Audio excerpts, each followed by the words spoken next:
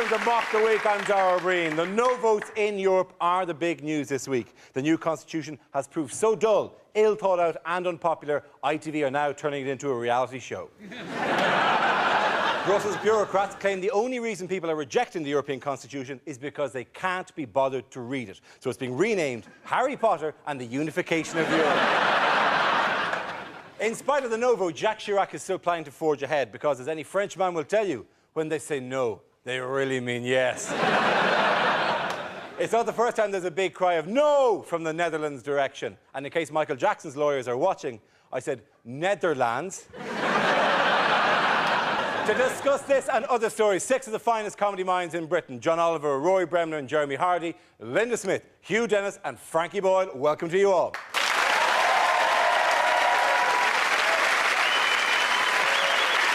Let's kick off with a round called Inside the Mind of. With the G8 conference fast approaching, we clamber inside the mind of the American president. Can anyone tell me what the voices inside George W. Bush's head might be saying? Roy? Breathe in, breathe out.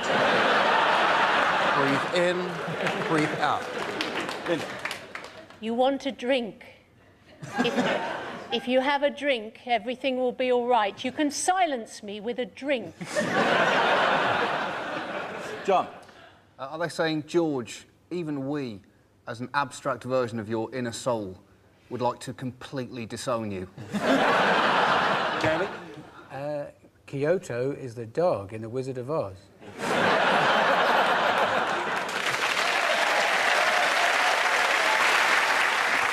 Frankie? Are they saying, if you step on the cracks in the pavement, George, we have to invade Syria? I'm saying, gee, there's a lot of room in here.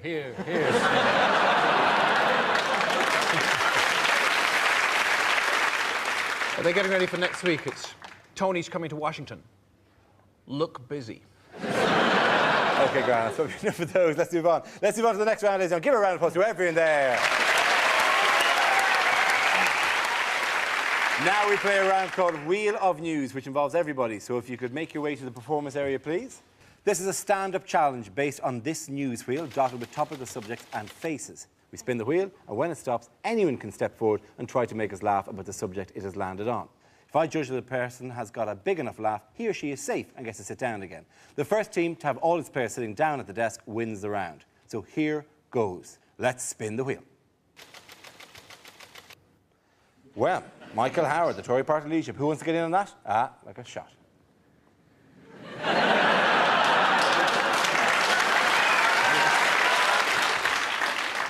Hello. It's all right. I'm not going to hurt you. At the election, I announced my timetable for action. And here it is. I'm going. Very good. Rory, Bremner, sit down. To be honest, you could have sat down after you did the face. So let's spin the wheel again. OK, education. Who wants to go for that? Frankie's up. The government's new education policy, apparently, is to make children stay at school till they're 18. It's just not living in the modern world, is it? 17-year-olds having to go to school. Who's going to pick their kids up from primary?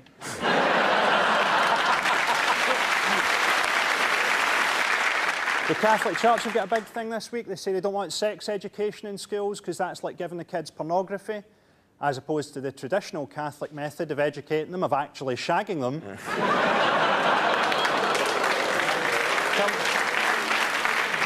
Come on. Sex education at my school was a muttered warning about the janitor. That's perfect. Frankie, sit down. Well done, you go.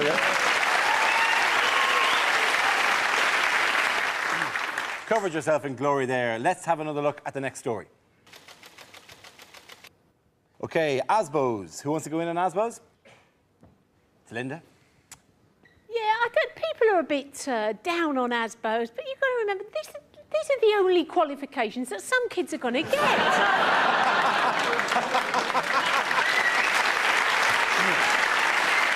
Linda, sit down. Well done.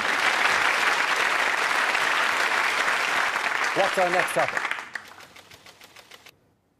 OK, ID cards. Who wants to come in on that? Jeremy. Well, these are interesting because the defenders of ID cards say, well, we already have to carry lots of ID. You need to establish your identity in order to establish your entitlement to enter certain leisure centres or to claim benefit or to establish your entitlement to enter certain buildings. But this new card will establish your entitlement to go outside. And people say, well, they were a good idea because we had them in the Second World War. But in the Second World War, it was just a piece of cardboard that said, this is Mr. Wilkins, he's not a German spy. This will be this digitised, magnetised thing that says, this is Mr. Wilkins, he may not be a German spy, but he's got a genetic heart defect, his sister's against GM crops, and he took a video late back to Blockbuster in 1997. Jeremy, please sit down. So, it's a tie-break situation. I'm going to spin the wheel one more time. I want the two remaining players, that's Hugh and John, to give me something on that one topic. You both get a go of it, and the audience essentially decides. So, let's spin the wheel. OK, the nation's health. Apparently, it's very important to stay healthy to have 5 portions of fruit a day. I do that. I have half a packet of Starburst. The Tories are very big on MRSA, which I found a bit surprising. I reckon most of them thought it was the way a posh man would pronounce the lead singer of the Smiths.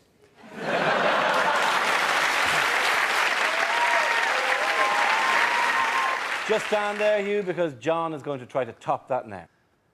There is absolutely no need to worry about Britain's health because, as we've all learnt, Jamie Oliver is going to save us all.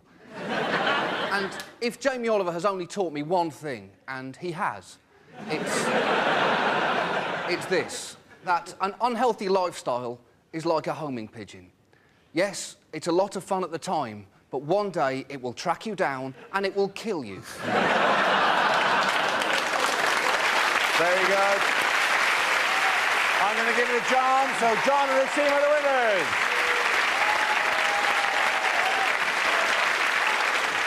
This round is called Bombshell Phone Calls. Frankie and Rory, you're up next. I believe you've got a phone there, each of you. Very good. Yeah, sure. In this round, 2 players take on the identity of 2 famous newsmakers who are on the phone to one another. At some point in the conversation, one of them will drop a bombshell. Rory, you are David Blunkett. Frankie, you are Tony Blair. Tony is calling David to welcome him back to the cabinet, but Blunkett has a bombshell to drop. Take it away. Okay, his David Blunkett might be a bit better than my Tony Blair, so bear with me on this one. Hello, David.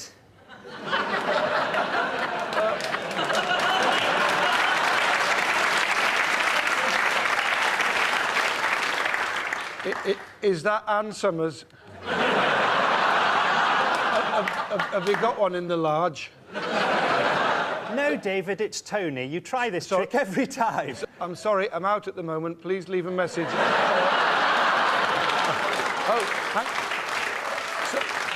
Sorry, is that you, Tony Blair? Yes, sorry, David. Sorry, I'm screening my calls. I've been getting a lot from the Child Support Agency. I've been trying to get a hold of you to offer you a job. Now, which departments do you know your way to?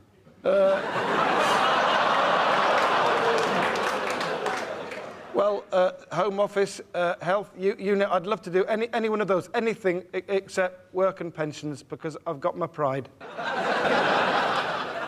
It's work and pensions. Fabulous, I'd love to. But there's one thing I've got to tell you. What's that? I've joined Al-Qaeda. Only the territorials. It'll only be every other weekend. But if I get you, I'll get 20 virgins, and that's got to be worth it.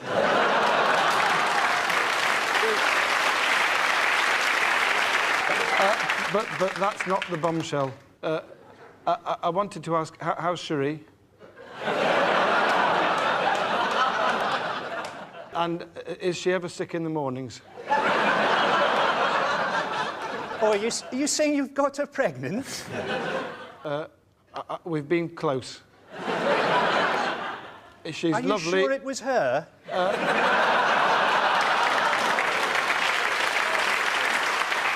I hope it was, because she charged me 30 grand.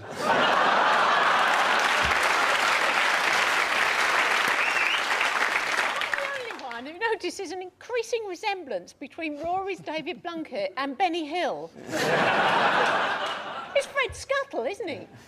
You should see the people I meet on my milk round. Thank you very much to both of them, but I think Rory was the winner of that one.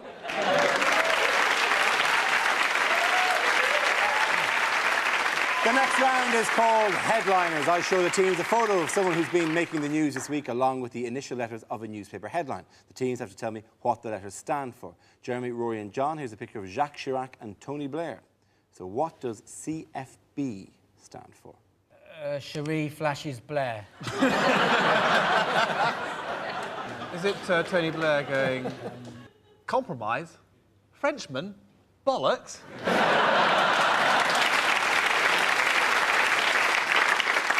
Crazy Frog's bitch. It could be what's going on in the foreground, so you can't see what's going on below. That could be Chirac fondles Blair. Or it could be something going off, you know, to that side there. Cab for Blair. Collaborating French bastards. But that's a big thing because they're going to meet up at the G8, and Blair's doing a big push because you know, like, what a populist he is. That he wants to make the G8, he wants to expand it to be the G9 so that Liverpool can take part. Does he think it's a boy band? Actually, G4 must have had a bit of a shock, realising they had to sort out Africa and yeah, they could probably do it. Yeah, but 1 million people marching in Edinburgh to protest at G4, that's a bit harsh, surely, isn't it? We'll never give Europe a straight answer anyway. We've spent the last few years constantly sending out mixed messages to Europe. You know, oh, we're an island. Now tunnel into Kent.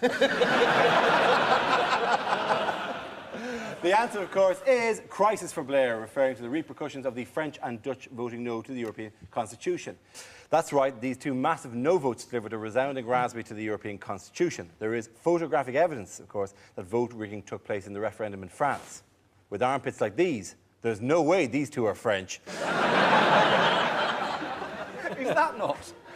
I'll go on a limb here. A little bit racist. Yeah. It's a tiny bit racist, but not as much as the next one is racist. The next one is actually painfully, hideously racist on many, many levels. Like it hits them repeatedly with a shovel and a pike at the same time. The next one. Do you want to hear it? I love casual national hate. Come It's on. fantastic.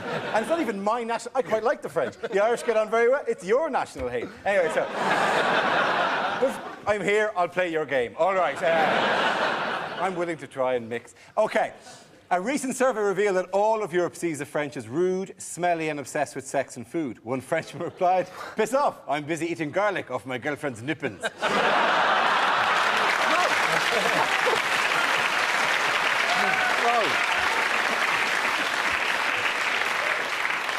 Shame on you. The European Constitution sold far more copies in Holland than anywhere else in Europe, but only because it was printed on thin, rollable paper. Can I say that I'm very upset the Dutch didn't vote 50-50, because that's what going Dutch means. I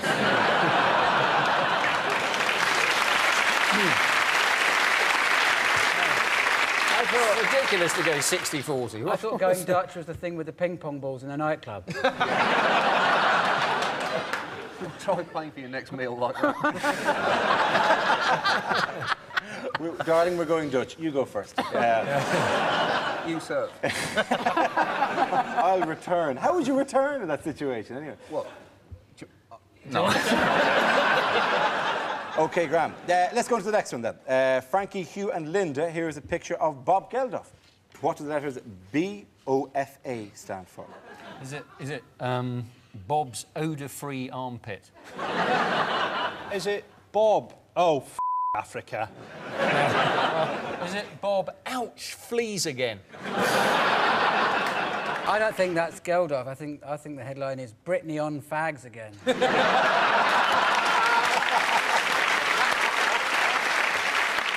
it Bob's owl fight aftermath? He didn't stand a chance. The owl constantly had the high ground and kept swooping and swooping. And he tried to fend him off with, like, a rolled-up leaflet about something good, but he just kept going. It attached itself to its head, and he can't be seen to hurt a living thing. He's a kind man, but eventually he just had to kill it with a brick. his tactics were always bad in that. He actually tried to sneak up on the owl, but then the head spun all the way around. And the owl said, "I gotcha." And Don't ever try that, because they know exactly what you're doing. Great fighters, the owls. Who would win in a fight between an owl and a tiger? An owl. An owl. An owl? An owl has the high ground, Linda. The tiger, it's just going to come down. Exactly. The owl would basically adopt Muhammad Ali's rope-a-dope. It would make the tiger just swing itself out and then just go in and peck it. I think, hand on heart, we all know this is not making the edit.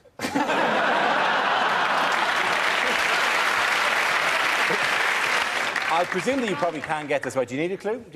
No. It's in a not particularly related story. I'll give you the clue. It's to do with the protest, and it's to do with school children. Bunk off for... Africa. Very good. Bunk off for Africa. Well done, yes. This refers to the news that Bob Geldof is urging pupils and teachers to bunk off school for 2 days to lobby international leaders attending the G8 conference. Children up and down Britain are already following Bob Geldof's example, going up to people on the street and saying, "Give us your money."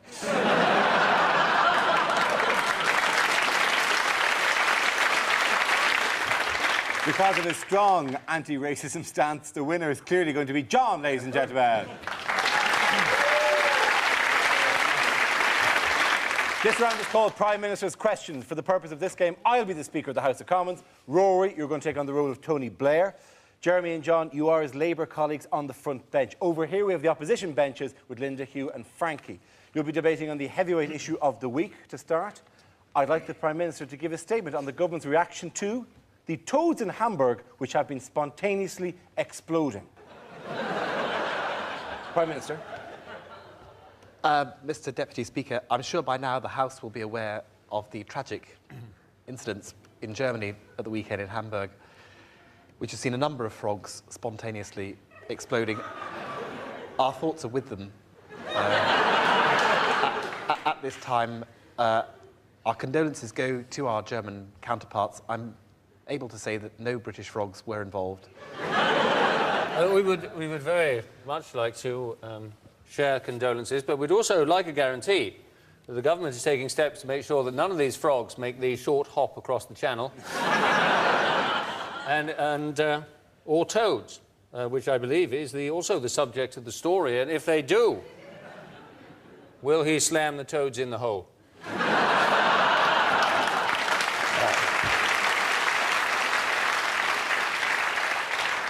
Can I just point out to the honourable gentleman, the cause for these exploding toads is, I'm afraid, inflation.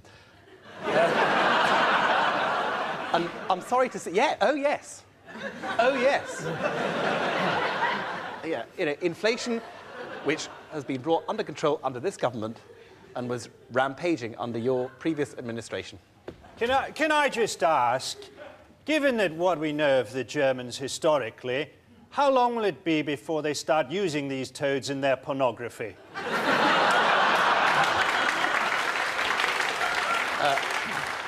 I think that's one for the Minister for Arts and Culture. Well, this is clearly a complete distraction from the government's main aim of fighting the war on terror. Now, if Al-Qaeda were able to acquire amphibious capability using exploding toads of this kind, then the threat of global terror would be on our doorstep. These pornographic videos are going to be made by Al-Qaeda? Yes, but they will be very tasteful because of the burqas. Tell me, what steps has the government taken to prevent a suicide toad attack? Exactly. And I would further add, what measures is the government taking to institute identity cards for toads and frogs who could be getting into this country, soft-touch Britain, as ever, passing themselves off as something harmless such as an owl or a chaffinch?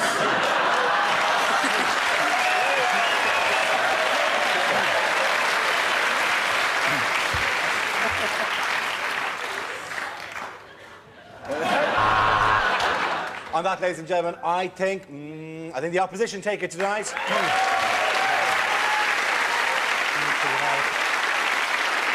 This round is called Dating Videos. The players take on the identity of a famous newsmaker and record a Lonely Hearts video in the style of that person. Everyone else has to try to guess who they are. Frankie, you're up first. Please, can you take your position in the performance area? Let's see your dating video.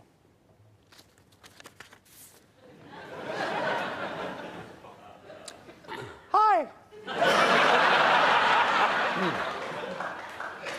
Would you like to see my puppies? I'm looking for someone with the soul of a child and the body of a child. I live an interesting life, kind of like a Scooby-Doo villain. I hang around an abandoned fun fair wearing a plastic face.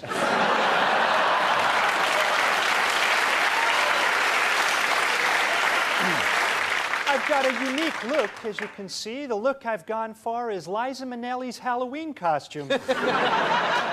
So hopefully you'll get in touch before my face melts under these studio lights.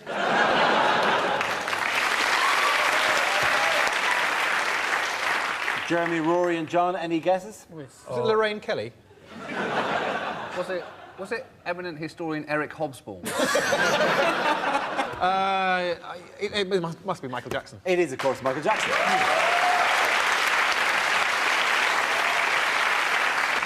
Hugh is next. It's your turn to record a dating video. Let's see your lonely heart's plea.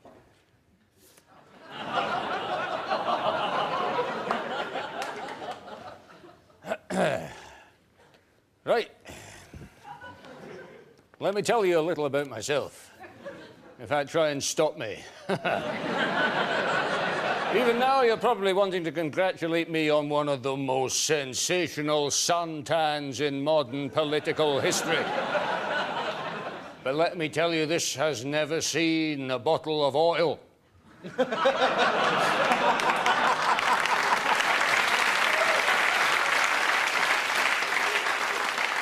Suntan cooking or the other type which may come in barrels, which I have never seen, and I would like to make that clear. This tan is due to my numerous trips abroad, many of which I have never been on. Girls, I want you to light my fire, which should be quite easy thanks to all the oil, which I don't have, I've never had. And I will never have. Come on, ladies, I want you all, except Una King. Just don't bother.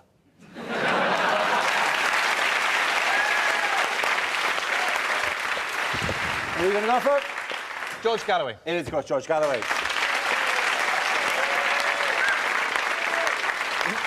Rory, you're next. Grab your envelopes there. Get down there.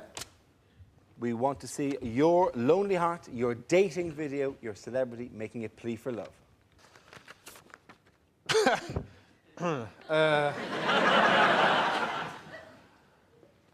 Bonsoir. Are you young, sexy, carefree? Neither am I!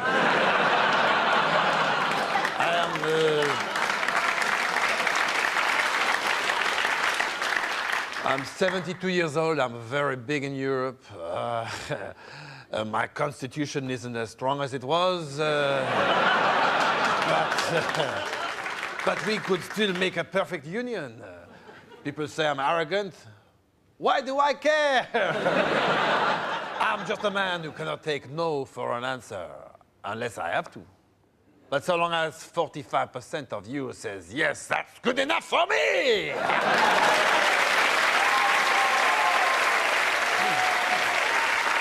Any guesses on this side? It's Jacques Chirac. It is, of course, Jacques Chirac. Frankie, you're all very, very good, but I think Frankie was my personal favourite there. Give a winner there, Frankie. Our final round is a quick-fire round called Scenes We'd Like to See. This is for everyone, if you can all make your way over there to the performance area. I call out ideas for scenarios we'd love to see, and the performers come in with their suggestions. OK, here we go. Things a new pope shouldn't say in his first public speech. YMCA. There we go. I've dreamed of this moment ever since I was a little girl. What a f***ing view.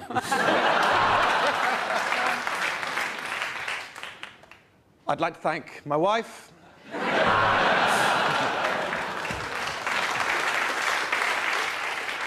I only wish that Hitler could have been alive to see this moment. I'm a celibate. Get me out of here. Very good. Okay. Okay, next topic. Oh, you're more the Pope. Sorry, okay, Gran. Okay, still on the Pope. I can't think of a finer way to spend the last 6 months of my life.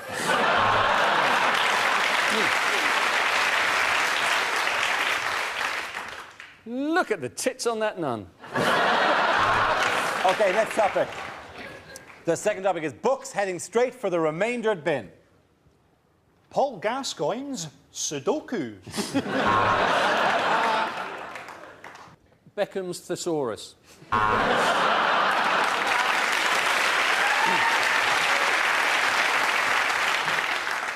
The Ron Atkinson diet.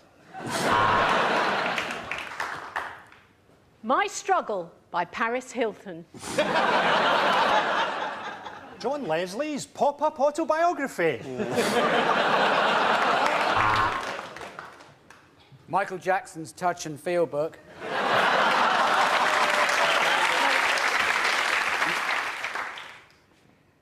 Iraq's weapons of mass destruction, a dossier.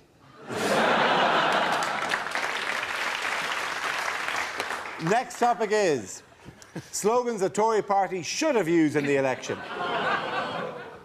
Vote for us and we'll hand Thatcher over.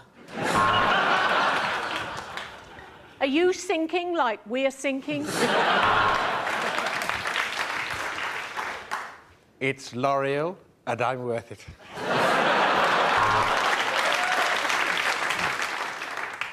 There's a Muslim paedophile living under your child's bed. Vote Conservative. Okay, new topic in break. If politicians endorsed products. After you. It's L'Oreal, and I'm worth it. Kids will just love Kablunkit. Hello, I'm Peter Mandelson, and when I needed a mortgage, I phoned Loans Direct.